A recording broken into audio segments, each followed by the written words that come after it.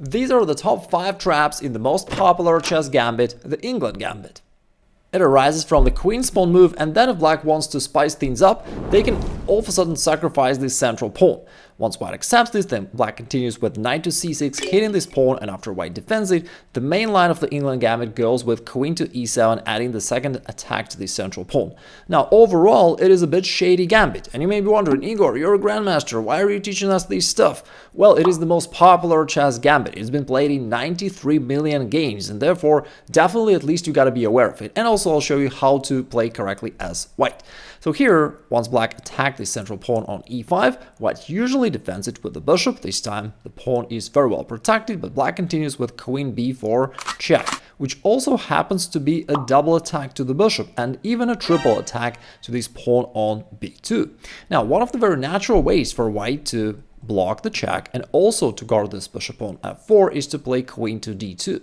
At first, looks like a very natural move for white, offering the trade of queens, which would give white a much better, in fact, a winning endgame. But of course, this is actually a blunder because of queen takes b2, hitting this rook on a1. And now the only move that saves the rook for white is queen to c3, and for a second it feels like white's position is really good, but only until black goes bishop b4, pitting the queen and winning the game. The most common move for white here is to retreat the bishop back and thus to save the bishop and to protect the king. But in this case, black still captures the pawn on b2 and threatens this rook in the corner. Now white goes bishop c3, trying to protect the rook and also kick the queen out, but this move is a losing blunder due to bishop b4. That is actually the main trap of the whole Englund Gambit. You're pinning down the bishop to the king, therefore the bishop can no longer take the queen, it is pinned. And since the bishop is pinned and immobilized, black actually threatens to capture the rook or this bishop on c3. Now, if white trades on b4, that only helps black because now not only the rook is still hanging, but also this knight takes c2 is coming and white is totally devastated.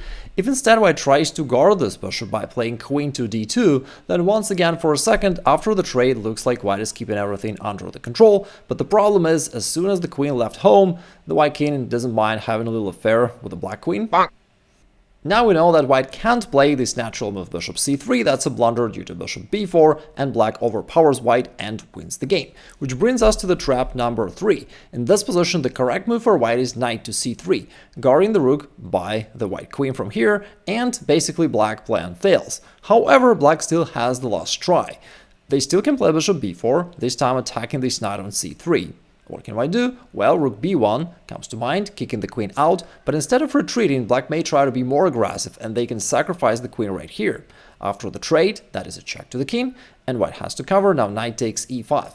Black is having 2 minor pieces and a pawn for a queen, which is not enough in terms of material compensation, but nevertheless they have some pressure on white and white still needs to be careful. For example, the knight is pinned and now black is ready to play knight c4 and then to grab this knight on d2. Now white plays e3, controlling this square, so seems like they're doing perfectly well, but after knight f6, white can follow the motto, it's never too late to ruin a good game, and play this casual move bishop e2, which is in fact a big blunder. It allows black to play knight e4 and capitalize on this pin. Now the knight is pinned down to the king, can't move, and therefore now black is going to capture it. In light of that, it was better for white to develop the bishop not to e2 but to d3 so that they control this square as well, and this square is c4, both of the squares where black's knight could possibly go to. But with the bishop on e2, knight e4 really allows black to win this knight, and if white continues with another casual castle, then it's a real nightmare, because not only they lose this knight on d2, but also they fail due to this fork to white's rooks, and black really wins the game. Now let's turn the table and I'll show you some really powerful counter traps for white. Alright, so here black goes pawn e5, and critics say that it is the worst first move of black against pawn d4, but they're dead wrong. Like g5 is even worse for black as the first move.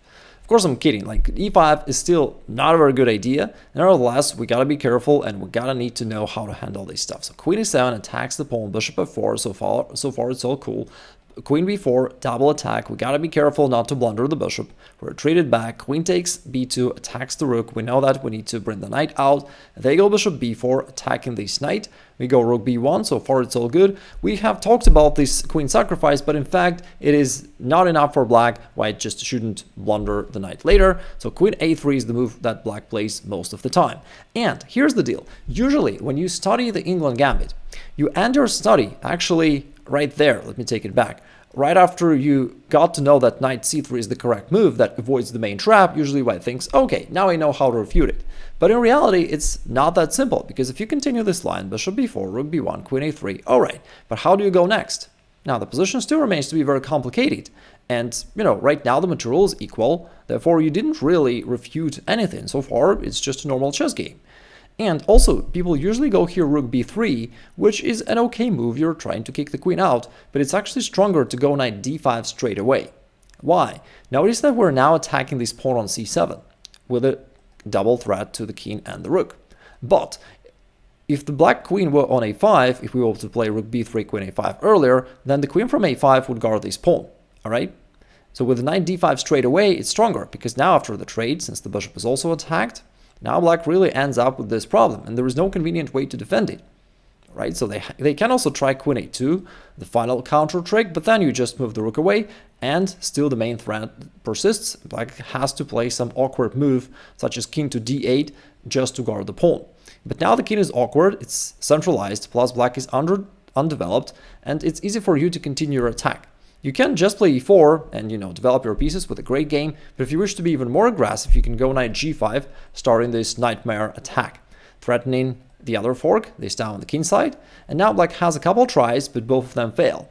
If they try to capture this pawn and also guard their own pawn on f7, you've got a really strong play, queen to c3. It attacks the knight, also x-rays the pawn, even the rook in the corner, and if they defend the knight somehow, you tell them good night, because it's the beginning of the end, and then you sacrifice the second knight, and then finish the game.